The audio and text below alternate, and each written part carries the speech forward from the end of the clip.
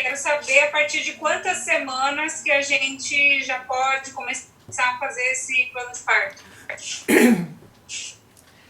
É assim, a coisa vai amadurecendo muito durante o pré-natal, né? A gente vê que as gestantes elas começam a se preocupar bastante a partir de 28 semanas, por exemplo.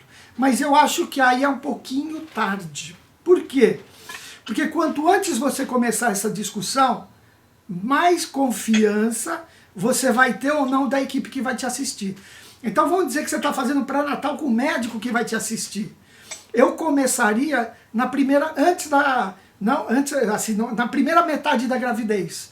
Porque se você vê, vamos supor que você quer um determinado parto, que aquele obstetra, ou que aquela enfermeira obstétrica não faz, ou ele não está acostumado a fazer, ou ele não tem disponibilidade para determinado tipo de parto, eu digo parto normal mesmo, né?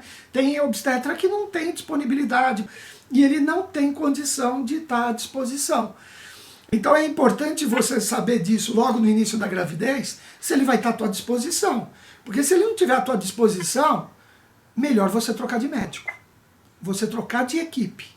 Isso é fundamental. Porque é muito complicado. Eu tive uma época no consultório que eu digo de que 30% a 40% das gestantes que me procuravam chegavam no consultório depois de 28 semanas. E vou dizer que 15% chegava nas últimas 3 semanas. Isso é ruim. Por quê? Por essa relação de confiança para se estabelecer. O ideal é quanto antes a gente tiver confiança naquela equipe, ou mesmo descobrir que aquela equipe não é a equipe que deve ficar com a gente porque não teve empatia, é melhor a gente trocar. A gente já viu várias vezes gestantes mudarem 3, 4, 5 vezes de equipe porque não teve uma química, literalmente, não teve uma relação de confiança. Eu acho que seria por aí. Eu faria na primeira metade, eu já começaria a discutir. Então, primeira coisa, quando a gente fala em trabalho de parto, a gente vem toda aquela história do ambiente, né? Então, a primeira coisa que eu acho que é fundamental que a gente tem que discutir é a presença do acompanhante. Então, eu quero o acompanhante. Eu acho que isso eu nem deveria discutir, porque é lei, é fundamental, não dá para eu pensar. Esse é lei, não dá nem para discutir, tá? Mas tem que tomar cuidado, principalmente quando vocês chegam parindo e o marido é obrigado a ir fazer a internação. Então tem que tomar cuidado, a equipe de saúde tem que estar atenta a isso, porque eu já vi várias situações de o marido ir lá fazer a internação e não ver o seu filho nascer. Isso é ruim. Então eu queria que, primeira coisa, vocês ficassem atentas a isso. Se chegar com 9 centímetros de dilatação ou no expulsivo, não desgruda, o marido tem que ficar grudado, tá? Pode falar que eu orientei, não tem problema. Por quê? Porque senão vocês vão perder de ter um esposo, de ter um acompanhante, que pode ser a mãe, a irmã, durante o trabalho de parto. Uma outra coisa é, se você vai num hospital, muitas vezes você vai querer que uma doula esteja presente. E muitos hospitais não aceitam que a doula chega de repente no hospital. Então é importante que essa doula esteja cadastrada no hospital. Hoje os hospitais se organizaram melhor para isso. Por quê? Até mesmo para o próprio hospital ter uma retaguarda, vamos dizer assim, na parte legal.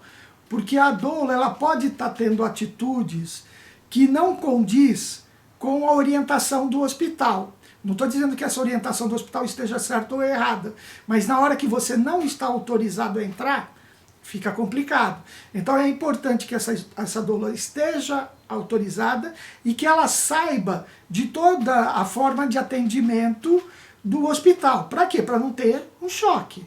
Porque se eu vou ganhar bebê num lugar que eu já sei que eu vou ter um problema, é melhor nem ir para lá.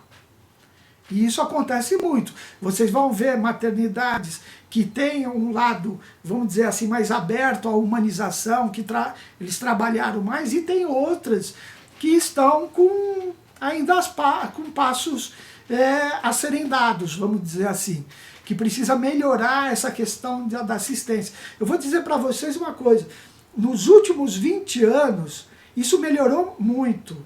As nossas maternidades, elas tinham um pouquinho de dificuldade em entender essa, vamos dizer, essa questão da gestante poder querer e decidir de como ela quer o parto. Muitas maternidades que decidiam como fazer, como para ir, o que pode, o que não pode. E hoje, esse direito de autonomia da gestante, ele está sendo mais respeitado. Por isso que é interessante ele ser discutido, por isso que é interessante ser colocado no papel. Para quê? Para vocês poderem verbalizar e mostrar realmente o que vocês querem. E discutir, tá? Saber se é possível ou não. Eu vou até contar um pouquinho de história, eu já contei outras vezes. Quando eu aprendi obstetrícia, era um show de horrores. Vou ser bem sincero para vocês. Isso, eu vou dizer que eu estava fazendo parto lá em 1988. E era uma maternidade que não existe mais hoje, que é uma grande perda, a maternidade de São Paulo. Mas o padrão da prescrição qual era? A gestante internava, a gente escrevia jejum, item 1. Item 2, tricotomia, que era a raspagem dos pelos. Todo mundo tinha que tirar os pelos. E não tem sentido nenhum hoje tirar ou não os pelos pubianos. Não aumenta a infecção, não diminui a infecção, não tem nada a ver, não tem sentido. Uma outra coisa que a gente fazia de praxe, enteroclisma, que é a lavagem intestinal.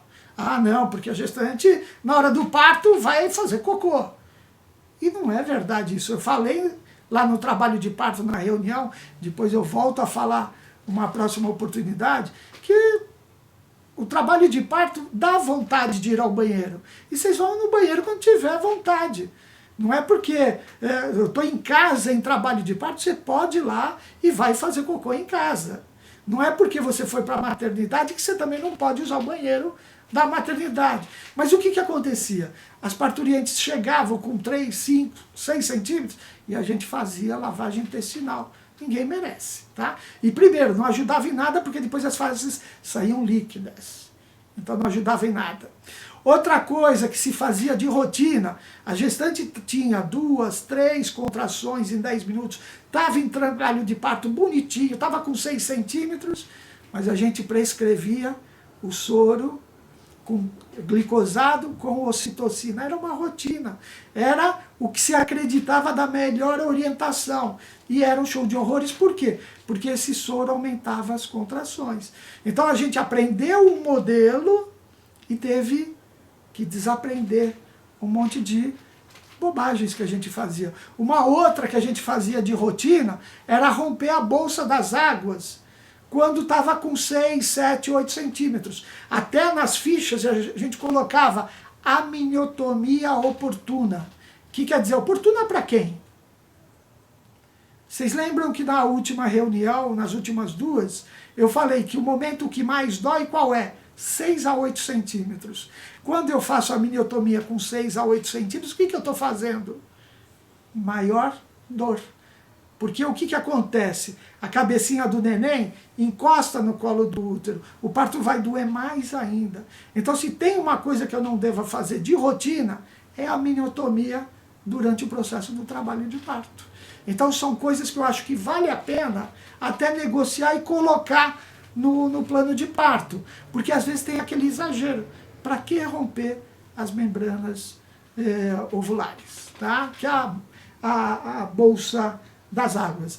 Outra coisa importante do trabalho de parto que a gente tem que discutir, analgesia de parto.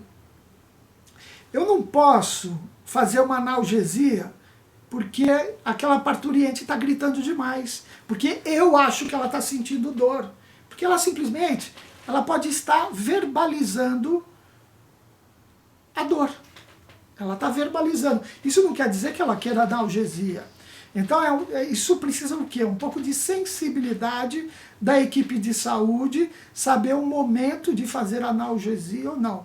E eu vou dizer, eu sempre digo para os obstetras, nunca atenda uma gestante que está pedindo analgesia durante a contração. Você Depois da contração, você deixa ela falar. Porque durante a contração, você está lá, ai, ai, ai, ai, e grita e verbaliza. Deixa passar a contração.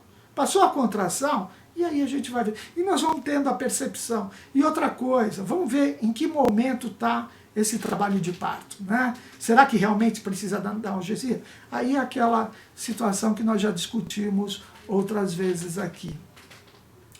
Deixa eu ver se... Uma coisa importante é solicitar, eu acho que vale a pena. Eu quero liberdade de caminhar durante o trabalho de parto. Eu não quero ficar deitado. Tem muitas maternidades que não tem um espaço para você caminhar. O trabalho de parto é fundamental vocês caminharem. Tá? Deixa eu ver se tem mais alguma coisa aqui. Outra coisa, eu falei que o primeiro item que a gente colocava era jejum. Isso é um absurdo. Quem está em trabalho de parto hoje, um trabalho de parto demora o quê? 8, 10, 12, 15 horas. E chama trabalho de parto.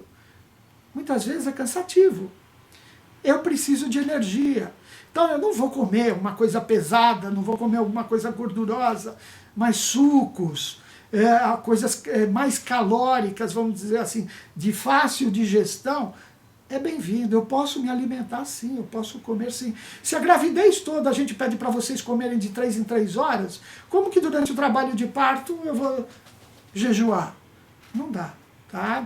Então, liberdade de digestão é importante. Eu vou dizer assim, com 8, 9 centímetros, ninguém vai querer comer. Porque aí até pode se sentir mal, porque as contrações estão mais fortes, a dor está mais intensa, mas naquela fase que eu estou com 3, 4, 5 centímetros, pode valer, se eu estou num trabalho de parto mais longo, pode valer a pena sim. E eu acho que justifica. Uma coisa importante no trabalho de parto é o monitoramento fetal, que é aquela coisa de escutar o bebê, saber se o bebê está bem. Eu vou falar uma coisa para vocês, a gente tem que tomar cuidado com os extremos. Tem muita gente que pede, não quero que fique olhando o monitoramento, não quero que faça cardiotoco. Hoje a gente sabe que quanto mais tranquilo a gente tiver que o bebê está bem, nós vamos ficar tranquilo e toda a família vai ficar tranquilo também. Numa gestante de risco habitual, é importante que durante o trabalho de parto, a cada 30 minutos, o bebê seja auscultado. Tá? Quer dizer, tem que ver os batimentos cardíacos antes da contração, durante a contração e depois da contração.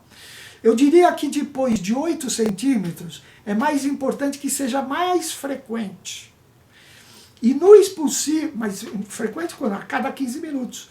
E na hora que está no expulsivo, com o bebê para sair, que lá está com dilatação total, é importante que seja feito a cada 5 minutos.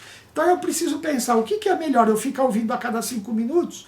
Ou também uma outra situação é fazer um monitoramento no expulsivo. Então eu prefiro, isso eu negocio com o casal, de pôr o cardiotoco sem a parte das contrações, só o batimento cardíaco, sem volume, tá? E sem apertar.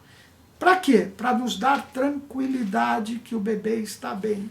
Sem segurar a mãe na cama ou na bola, ela tem liberdade de se locomover. Mas isso é principalmente no momento do nascimento, porque às vezes é mais complicado de 5 em 5 minutos você ficar escutando do que colocar esse monitor.